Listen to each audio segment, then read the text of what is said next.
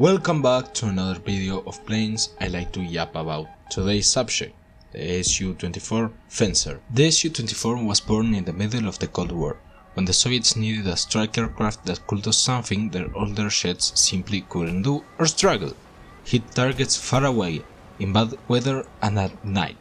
Back in the 1960s, the US unveiled the F-111, a swing-wing bomber with the rain-following radar. The Soviet leadership immediately wanted an equivalent. Sukhoi took on the show, and after long development filled with prototypes and test crashes, the Su-24 entered service in 1974. The Fencer was unlike most Soviet jets at the time. Instead of a cramped cockpit, it had a side-by-side crew layout for the pilot and weapon system officer, packed with radar screens and navigation systems.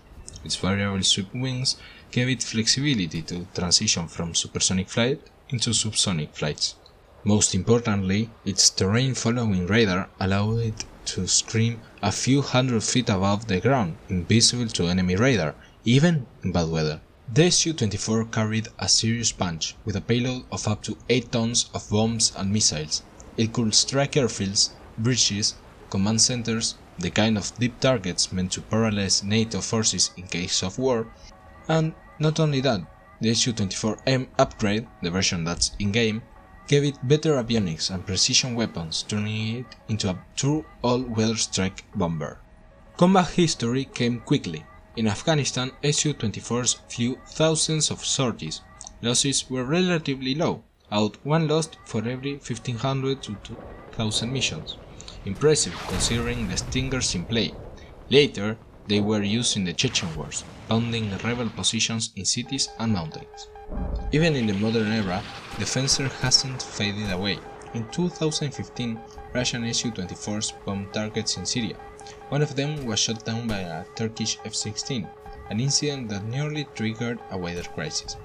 And in the ongoing war in Ukraine, both Russia and Ukraine have used Su-24s. After half a century of service, the Su-24 is slowly being replaced by the newer Su-34, but the fact that it's still flying today shows how valuable it has been. Tough, adaptable and reliable, it gave the Soviet Union, and later Russia, a way to strike hard and fast, day or night, rain or shine. No, in War Thunder, the Fencer is only found in the strike line of the Russian tech tree. It sits at 11.3. only 0.3 higher than the Su-17, which I have a video up already. Let's see what the Fencer is capable of. It has a good amount of ground ordnance, including 3 Kh-29Ts and Ls, the rockets S-13s and S-25s, and the version of laser-guided of the S-25s. But in difference to the Su-17, it can carry TV, laser and GPS-guided bombs of up to 1500 kilograms. For ground RV, the best loadout I found is 2 Kh-29T missiles, 2 CAV 500 KRM bombs, and if you want a little more punch, you can add the FAB 1500M, a dumb bomb of, you guessed it, 1500 kilos. This ground ordnance can be paired up with up to 4 R-60Ms, or if you want to only take ground targets, the S-13s in those pylons. I like this plane very much. I mean, it has its flaws, like the optics, but I like it nonetheless. And for its VR range, I think it's one of the best options that Russia has for CAS.